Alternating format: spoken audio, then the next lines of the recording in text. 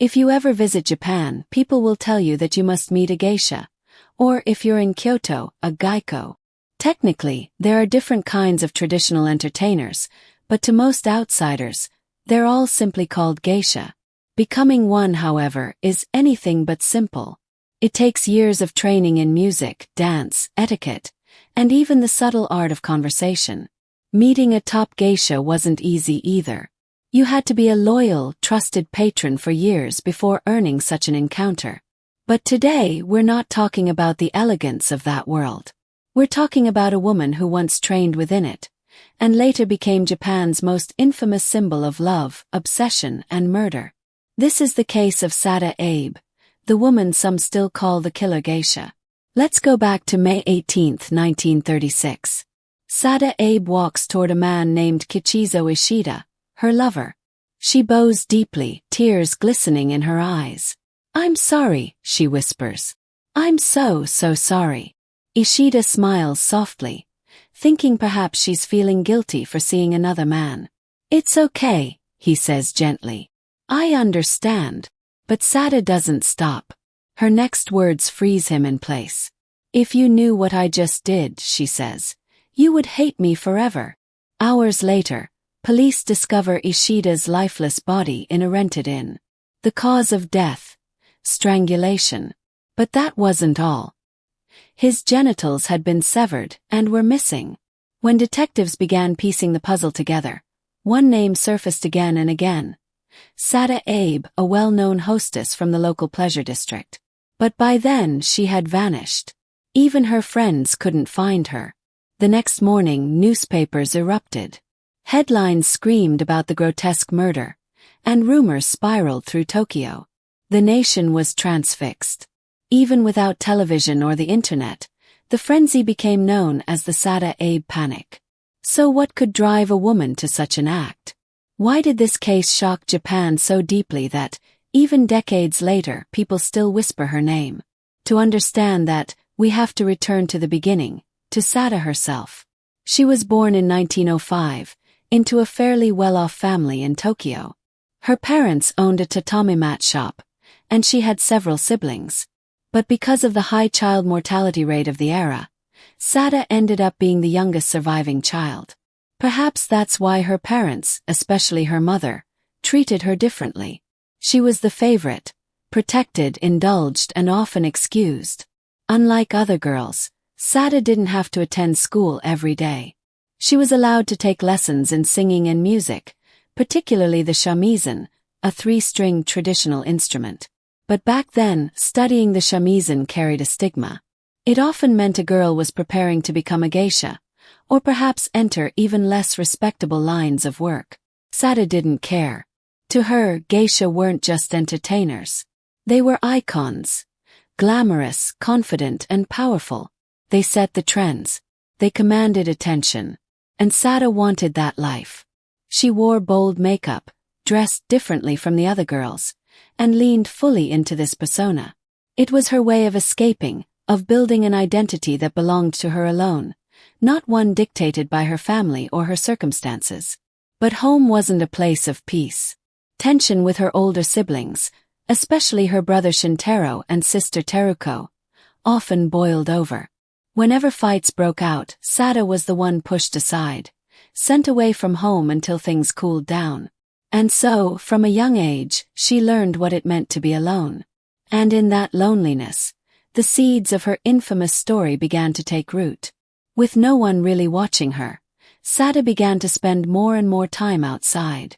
She fell in with a loose group of other teenagers who, like her, were drifting through life, young, curious, and without real guidance.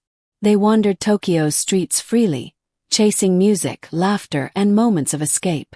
There were no rules, no supervision, just a collection of kids doing whatever felt right in the moment. But freedom came with danger. At just 14, during one of these outings, Sada was assaulted by an acquaintance, a college student from Keio University. The incident shattered her innocence and changed the direction of her life forever. At first, her family appeared to stand by her. They spoke of justice and said they wanted Sada to heal while the perpetrator faced punishment. Yet that sympathy faded almost immediately. Before long, they began calling her reckless and uncontrollable, blaming her for what had happened. The support that had seemed so firm vanished overnight, leaving her completely alone. Instead of helping her recover, her family made a devastating decision. In 1922, they sent her to a geisha house in Yokohama, a place where young women entertained clients through music, dance, and companionship. But in reality, many of these establishments operated more like brothels than refined cultural training houses. Sada's sister, Toku, later claimed that Sada had always wanted this life. She said Sada loved fashion, music, and attention, and that joining a geisha house was simply her dream come true. But Sada told another version of the story. She said it was her father who arranged the sale, believing that her reputation after the assault had brought shame to the family. In those days, it wasn't unusual for families to send their daughters into such places if they were seen as difficult or disgraceful. What outsiders called opportunity was, for Sada, a quiet form of abandonment. The elegant image of the geisha world that she had once admired turned out to be an illusion. The work was harsh, competitive, and physically exhausting. True geisha began their training as young girls called maiko, learning the demanding arts of music, dance, and etiquette under strict masters. It could take years before they earned respect, or even stability. For Sada, entering late and without sponsors meant she never truly had a chance. Despite her early love of music and performance, she was never formally trained, and her skills remained basic. She stayed at the lowest rank, performing small services for cheap clients while others moved up. What once seemed glamorous now felt like slow suffocation. 5 years passed that way. Every day looked like the one before it. Eventually, she fell ill with a venereal disease, a common risk in licensed entertainment work at the time. The diagnosis required frequent medical checks by law, making her existence even more difficult. So Sada made a choice. She left the Yokohama geisha house and moved to Osaka, hoping for something better. She found work in Tabita, one of Japan's largest red light districts. But freedom was an illusion there too. She soon gained a reputation as a troublemaker, defiant, unpredictable, unwilling to obey the rules. She stole from clients, tried to flee several times, and each time was caught and brought back. It took her 2 long years to finally break free. When she did, she tried to rebuild her life. She worked as a waitress for a while, earning very little but savoring the simple peace of honest labor. Still, poverty and limited options pulled her back into the world she had tried to leave behind. In 1932, she began working again, this time at an unlicensed establishment in Osaka. A year later, tragedy struck once more. Her mother passed away in January 1933, and her father followed soon after. Grieving and directionless, Sada returned to Tokyo to mourn and eventually decided to stay. By 1934, she had re-entered the entertainment trade. That October, police raided the unlicensed venue where she worked, and Sada was arrested. Her time behind bars was brief. A well-connected patron named Kinosuke Kasahara, a wealthy restaurant owner, arranged her release. Afterward, Sada became his companion. Their relationship was intense and consuming. Nights filled with passion, conversation, and the illusion of love that seemed, for once, to belong entirely to her. For Sada Abe, it was the beginning of another chapter, one that would soon spiral into desire, jealousy, and tragedy the world would never forget. Sada seemed attached at first. She loved his touch and the way he focused on her. At the beginning, his attention felt like a promise. She wanted more than fleeting flattery. She wanted to be chosen, to be the center of a life shared. So she asked Kazara to leave his wife and marry her, but he refused. When that failed, she begged for permission to take another lover, to have a measure of freedom within their bond, but he refused that too. What began as passion gradually became a gilded cage. Sada could not bear it. Later, when people asked Kazara about her, he dismissed her, implying she was nothing more than a woman who slept with men. Sada remembered it differently. She described that time as being like a bird trapped in a narrow cage. Never loved, only contained. Where others saw devotion, she felt only control. By 1935 she was working as a waitress in Nagoya. Locals found her warm and sociable, the sort of woman who could brighten a room with a smile. It wasn't long before she met Koro Umiya, a banker who also taught at university and nursed political ambitions. Their meetings were cautious and quiet. The restaurant forbade relationships between staff and patrons. That secrecy, coupled with Sada's restlessness in Nagoya, prompted her to return to Tokyo with a promise to meet Uma again in the capital. When Uma learned she had contracted syphilis, he did not abandon her. Instead, he paid for her to recuperate at Kusatsu, the hot springs resort, from November 1935 through January 1936. During one of their afternoons together, over tea and small talk, Uma offered a practical idea.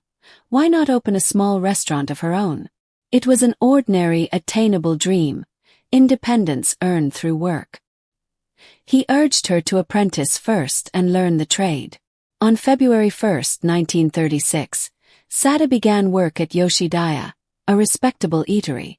The owner, Kitu Ishida, was 42 and well known in the industry, a man who had risen from humble beginnings as an eel chef. To Sada he appeared at first to be the perfect mentor, experienced, patient, worldly. But the restaurant's reality was different. Ishida's wife ran much of the business, and Ishida carried the reputation of a notorious womanizer. At first, Sada resisted his advances. Her relationship with Uma had not been physically fulfilling, and she tried to stay professional. But Ishida's attention felt different. Direct, insistent, intoxicating. By mid-April, their liaison had become sexual. Sometimes they even slept in the restaurant, while Kasia working there sang love songs and served sake. Sada described him as handsome and deeply attractive, someone who satisfied a hunger she hadn't known how to name. On April 23, 1936, they agreed to spend a night at a maki, a discreet tea house used for private encounters. One night turned into 4. On April 27, they moved to another maki in Futako Tamagawa and continued. Even when Kasia came by to sing or pour drinks, they did not stop. For Sada, desire shifted into obsession. They carried the affair to yet another district, and Ishida did not return to Yoshidaya for nearly 2 weeks, reappearing on May 8. Afterwards, Sada's mood unraveled.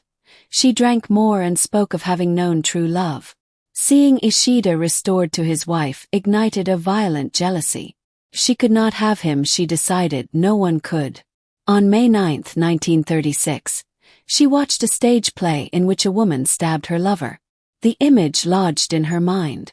Maybe I could do that to Ishida, she thought. Maybe he would stay. 2 days later she bought a kitchen knife. When she confronted him, blade pressed to his face, she shouted, "You wore that kimono for one of your women. I will kill you for that." Ishida's response was a disconcerting smile. To Ishida, it was all part of their strange, intoxicating game. They reconciled and returned once more to their secret hideaway in Ugwasadani. There they drank, laughed, and made love again. But something was different this time. Something dark had begun to grow between them. During one of their encounters, Sada lifted a small knife, pressed it against him and whispered, "You're mine. I'll make sure you never touch another woman." Ishida only laughed. To him it was thrilling, an extension of their passion. What he didn't realize was that, for Sada, those words were not part of a game. They were a promise. As their affair deepened, they began exploring dangerous territory. Ishida encouraged her to choke him during intimacy, and she asked him to do the same in return. What started as playful soon turned perilous. On the night of May 16, 1936, they pushed the limits further than ever before. Using the obi, the silk sash from her kimono, Sada wrapped it around Ishida's neck just as he reached the peak of passion. They repeated the act again and again for nearly 2 hours. By the end, his face was pale, his breathing uneven. Exhausted and in pain, Ishida took sedatives to calm himself. Before falling asleep, he murmured words that would echo forever in Sada's mind. "If you strangle me while I'm sleeping, don't stop. The pain afterward is worse." Hours later, around 2 a.m. on May 18, Ishida lay beside her, sleeping peacefully. Sada reached for the same obi. She wrapped it around his neck twice and pulled tight. This time she did not stop. She watched as his body trembled, his breath slowing until it finally ceased. When it was over, she smiled faintly. Later, Sada told investigators, "After I had killed Ishida, I felt completely at ease, as though a heavy burden had been lifted from my shoulders. I felt a strange sense of clarity." 4 hours, she lay beside his body, holding him tenderly, her fingers tracing the stillness of his skin. When morning light crept through the paper windows, she rose quietly and took out the kitchen knife she had brought days earlier. With calm, deliberate movements, she severed a part of him she believed symbolized their connection. She wrapped it carefully in paper, folded it into a magazine cover, and placed it inside her kimono, close to her heart. Then with his blood she wrote words on the bedsheet and on his thigh. "Sada and Ishida, together, just the two of us." On his arm, she carved the kanji for her name, claiming him one final time. She dressed his body again, gathered her belongings, and prepared to leave. Before walking out around 8 a.m., she told the inn staff gently, "Please don't disturb him. He's just sleeping." No one suspected a thing as she stepped into the sunlight, calm and composed. That day, Sada moved through the city as though nothing had happened. She watched a film, strolled through shops, and blended effortlessly into Tokyo's busy streets, all while carrying her lover's remains in her purse. Afterward, she went to see her former partner, Koro Umiya. When she saw him, she broke down, clutching his hands, tears streaming down her face. "I'm sorry," she kept repeating. Uma, unaware of the truth, thought she was apologizing for vanishing or for being unfaithful. In reality, Sada knew the scandal would soon destroy him. Her apology was not for love. It was for the ruin she had already brought to his career and reputation. Meanwhile, back at the inn, a housemaid entered the room and found Ishida's lifeless body. The police were called immediately. Word spread fast. By May 19, 1936, newspapers had picked up the story. Within hours, it was front-page news across Japan. Sada Abe's name was everywhere. Her photo, her past, her lovers. The affair with Uma was exposed, ending his career overnight. The public couldn't get enough. Crowds gathered at newsstands. Rumors ran wild. It became known as the Abe Sada Panic. A false sighting in Ginza caused chaos and a traffic jam. But while the entire nation searched for her, Sada was quietly hiding in a small hotel in Shinagawa under a false name. She wasn't running from justice. She was preparing to die. She spent her final days drinking beer, writing farewell letters, and hiring masseuses to soothe her nerves. She planned to end her life 1 week after the killing, on Mount Ikoma, holding the remains of her lover in her hand. She later admitted she had become emotionally attached to them, often unwrapping the paper just to look, to remember, to weep. "Only after saying goodbye properly," she told police, "could I die in peace." But on May 20th, around 4 p.m., her plan ended. Police traced her to the hotel. When they entered the room, she didn't resist. Instead, she smiled softly and said, "Don't be so formal. You're looking for Sada Abe, right? Well, here I am." The officers hesitated. She seemed serene, almost relieved, as though the storm she'd carried inside had finally gone still. No one could believe that this soft-spoken, graceful woman was capable of such a horrific act. The officers who arrested her expected denial, tears, anything but what came next. Calmly, Sada reached into the folds of her kimono and pulled out a small paper bundle. Inside were the remains of what she had taken from Ishida. "See," she said softly, almost smiling, as if proving a simple fact rather than confessing to a crime.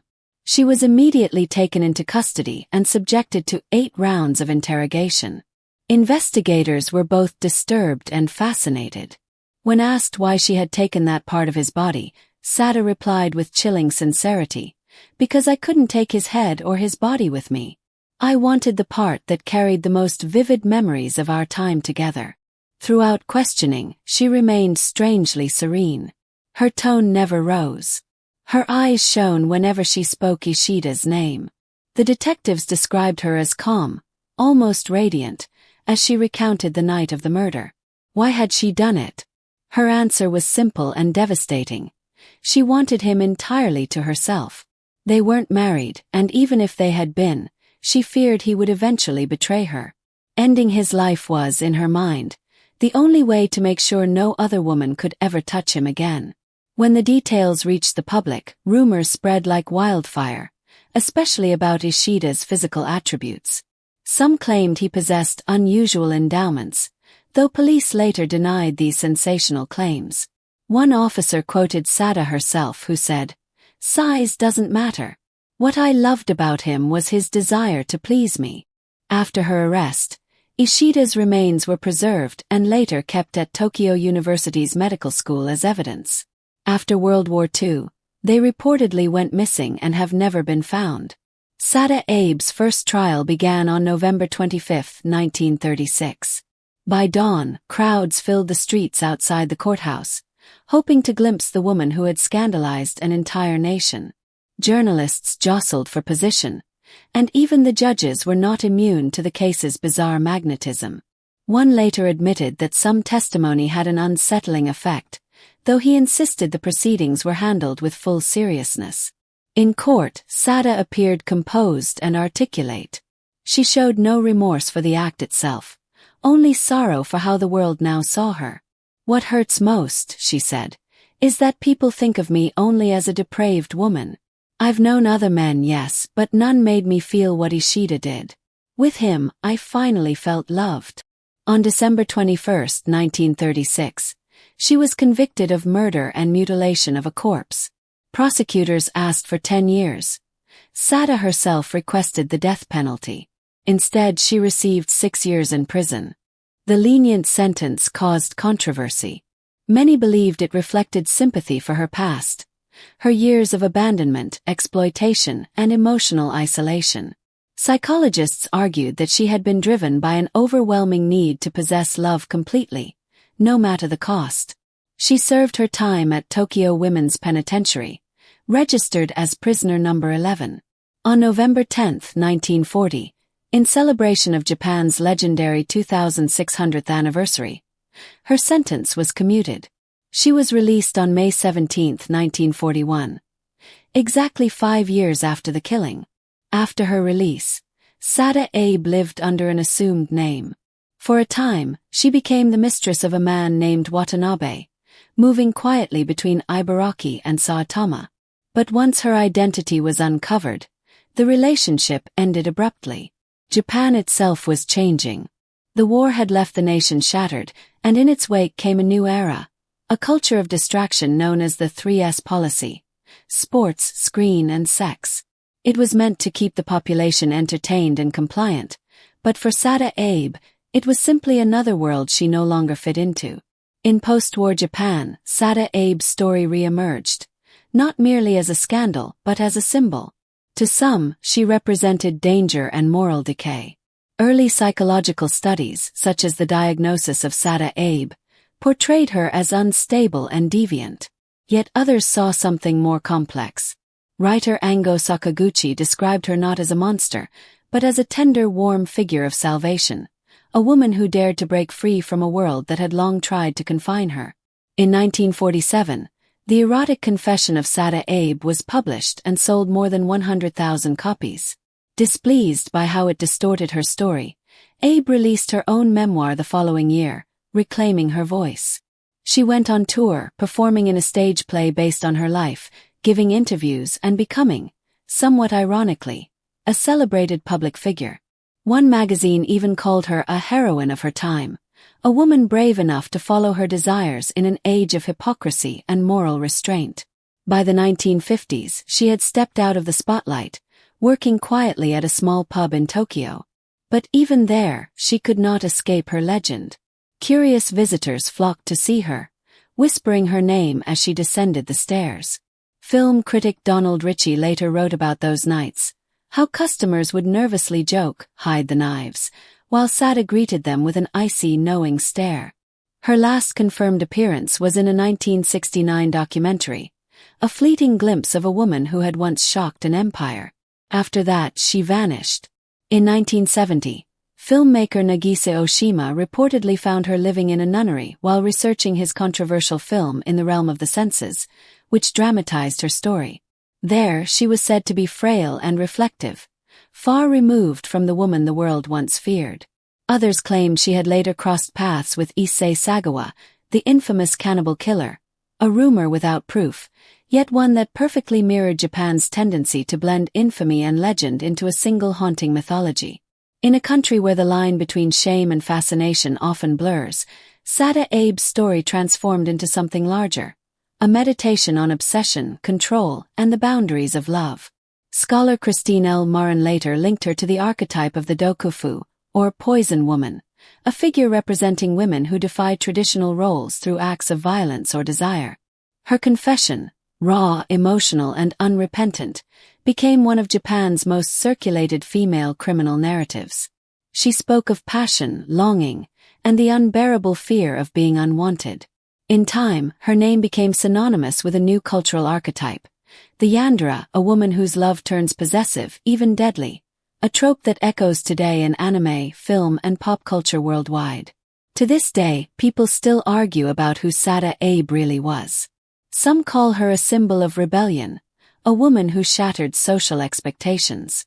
Others see her as a tragic soul consumed by her past, shaped by loneliness and trauma. And some believe she was simply a woman who mistook possession for love. Behind the myth lies a simple, devastating truth. Pain can distort affection. A girl abandoned and wounded can grow into a woman desperate for connection, clutching so hard at love that she destroys it. In the end, this was never just a love story. It was a tragedy born of deep emotional scars. And no matter how history romanticizes it, one fact remains. She killed a man. There is nothing beautiful about that. So what do you think? Was this love warped by obsession? Did her past seal her fate? Has a story like this ever unfolded where you live? Let me know your thoughts below. And as always, thank you for watching.